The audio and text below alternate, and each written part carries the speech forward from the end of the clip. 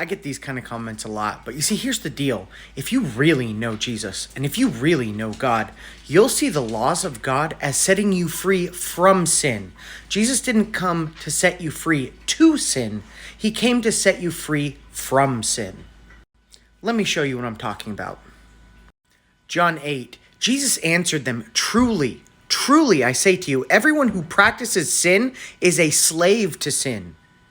And we know from 1 John 3:4 that sin is the transgression of the law, the commandments of God. So living in the Spirit requires a mind shift where you see the laws of God as a good thing, as the thing that set you free from sin. James 1:25, but the one who looks into the perfect law, the law of liberty, and perseveres, being no hearer who forgets, but a doer who acts, he will be blessed in his doing. And we see this exact same mindset from David, the only person in the Bible called a man after God's own heart. Psalm 119:44 through 45. So I may keep your Torah forever and ever and walk about in freedom, for I have sought your precepts. And this all brings new meaning to Paul's letters when you understand the perspective he is looking at the laws from. Romans 6, what then? Are we to sin because we are not under the law but under grace? By no means.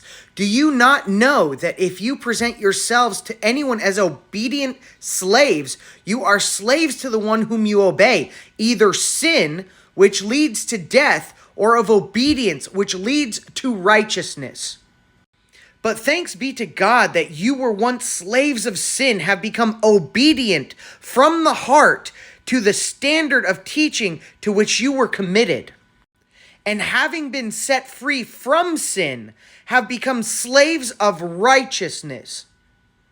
And we know from Deuteronomy 6:25 that righteousness is if we are careful to do all the commandments of the Lord our God. But building up to all of this in Romans 3, Paul says, the righteousness of God through faith is Jesus Christ for all who believe, for there is no distinction. Our righteousness comes from obedience and from faith. And when you are walking in the spirit of faith and obedience, you are righteous. Habakkuk 2:4, but the righteous shall live by his faith. This faith needs to be in Jesus Christ. But we also need to be obedient to God, just like Christ was. And remember what was said in Romans 6, you're either a slave to sin or you're a slave to God. Revelation 12, the dragon makes war on the people who keep the commandments of God and the testimony of Jesus.